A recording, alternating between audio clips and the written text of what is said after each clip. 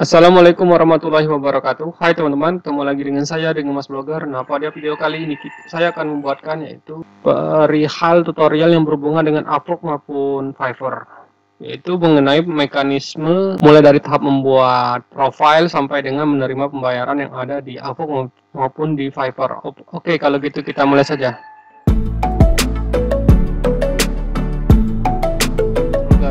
Nah, pada video kali ini kita akan belajar bagaimana sih mekanisme tahapan yang ada di membuat akun lalu sampai dengan melakukan penarikan uang yang ada di situs freelancer ke bank lokal kita, kayak misalnya Bank Mandiri, Bank BCA maupun bank nasional yang lainnya, teman-teman.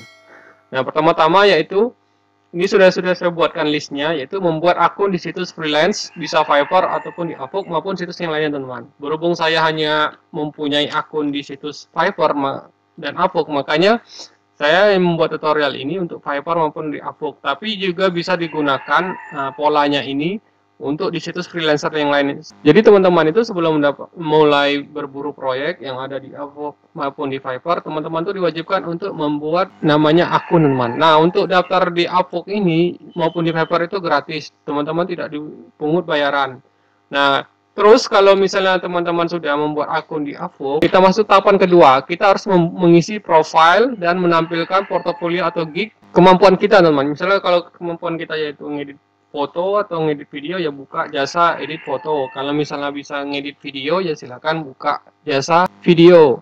Nah, dan jangan lupa juga membaca peraturan yang ada di situsnya, teman-teman. Ini penting supaya teman-teman itu nanti tidak kena ban atau kena suspend, teman. Jadi kita harus mengetahui apa saja yang dilarang, apa saja yang diperbolehkan di situs freelancer tersebut. Nah, jadi contohnya itu membuat profil portofolionya itu silakan teman-teman. Misalnya kalau kita di Fiverr itu silakan teman-teman buka Fiverr-nya dan membuat akun di Fiverr ini. Nanti kalau teman-teman belum mempunyai akun Fiverr-nya, nanti saya cantumkan link pendaftaran ke Fiverr-nya di link deskripsi di bawah maupun di pin komentar di bawah. Nah, ini contohnya seseorang yang saya ambil contoh untuk saya ambil sampel aja. Jadi di sini bisa dicek, dia menampilkan foto yang menarik, kemudian juga dia melengkapi semua biodatanya, dia berdasarkan negara, kemudian mulai dia bergabung, kemudian dan yang lain-lainnya. Dan yang paling penting itu di sini, teman-teman, dia membuat deskripsinya sangat pendek dan tidak terlalu bertele-tele.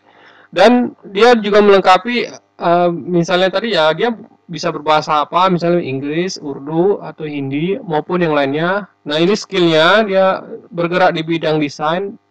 Dan lalu juga, nah yang paling penting ini teman-teman, ini kalau teman-teman masih baru, ini yang namanya gigs. Gigs itu ya kayak kita menawarkan jualan kita. Nah, jualan kita tuh kan butuh, kalau di toko kan kita bisa menampilkannya di rak buku gitu, teman, atau di meja. Nah, kalau kayak di Fiverr maupun di Upwork itu teman-teman harus membuat portofolio, teman. Misalnya dia membuat kayak gini, teman. Dia membuat portofolionya, gignya itu bisa ngedit ya origami atau geometrik logo maupun yang lainnya. Kalau dilihat dari tampilan ini, pantas dia top seller.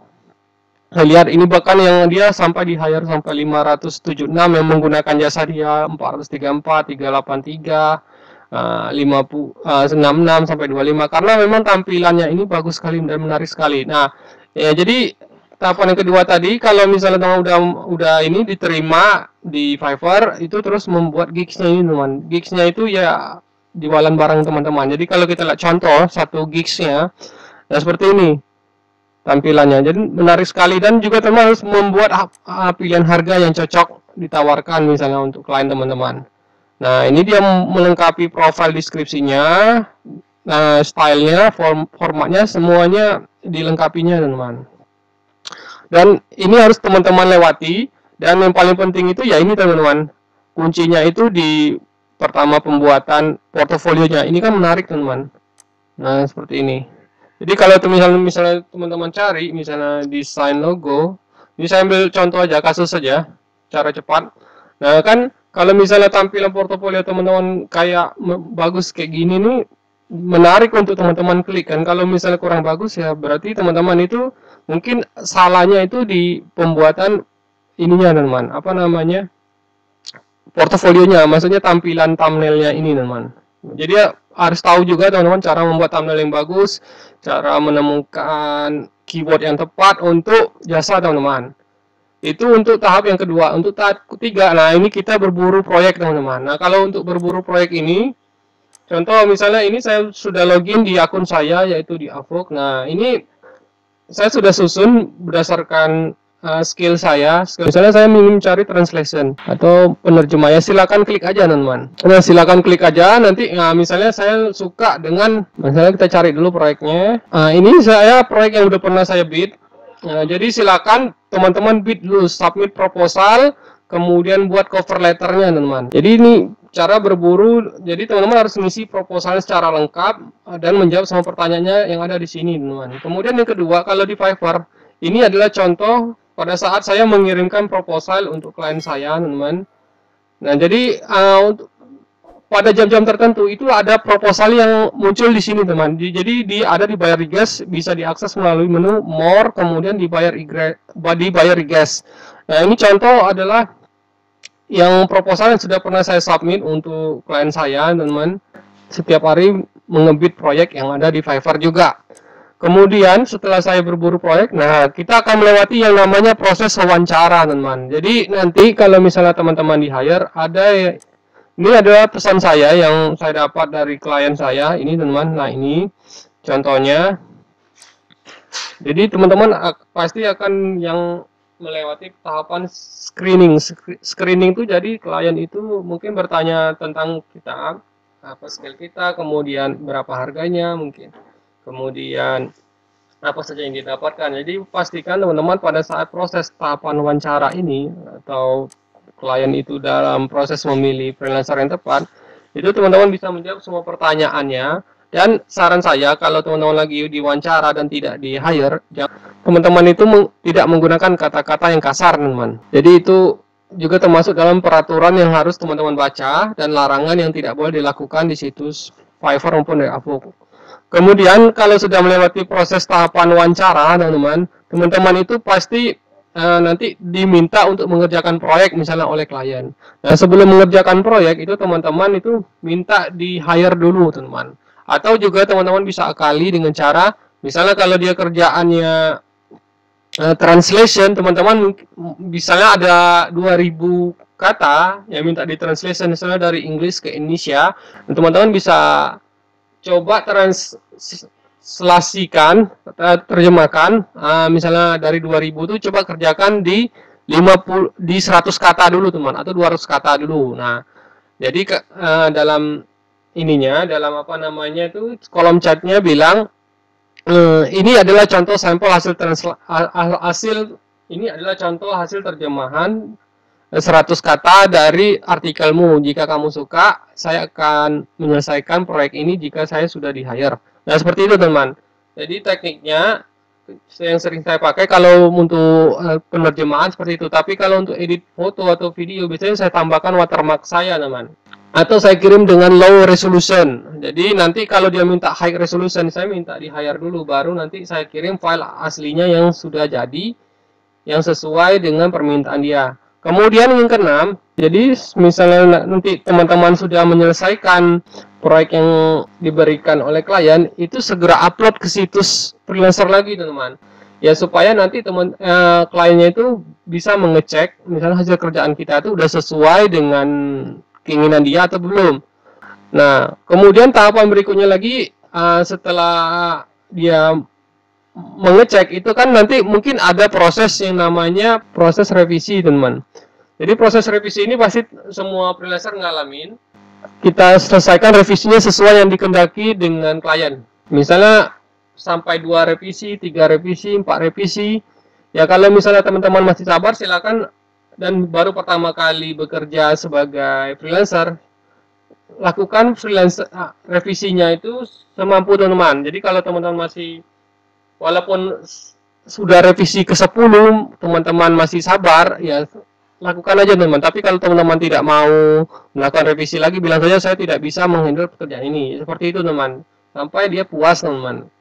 Nah nanti kalau misalnya dia dari proses revisi itu kan teman-teman kirim lagi tuh. Nah, klien misalnya sudah puas, tanyakan apakah proyek ini sudah selesai apa belum. Nah, kalau misalnya dia bilang sudah selesai, dia sudah puas, minta proyek ini di end kontrak. Maksudnya itu kita minta rilis dananya, teman-teman. Jadi cairkan supaya bisa masuk dari misalnya uang dari klien masuk ke akun kita, di akun AVO kita. Maksudnya di saldo freelancer kita, teman-teman. Nah, seperti itu.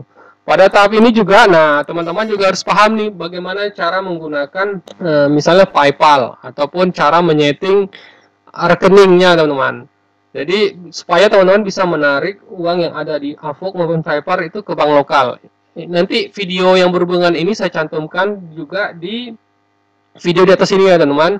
Kemudian tahap ke-9, nah jika proyek selesai, kita bisa juga siap untuk berburu proyek yang lain. Jadi kalau misalnya kita udah menyelesaikan pekerjaan itu, klien sudah puas, dia juga betah, dan dia bilang misalnya dia mau pakai jasa kita lagi untuk di kemudian hari, nah kita juga harus menyiapkan diri untuk berburu proyek yang lain lagi, teman-teman. Nah, ke-10 ini teman-teman ulangi lagi prosesnya, teman-teman. Ulangi lagi prosesnya ini dari awal tadi, berburu proyek lagi, mulai dari tahapan 3 ini, sampai dengan tahap 9, teman-teman. Sehingga nanti sampai dengan teman-teman memiliki banyak review itu atau feedback.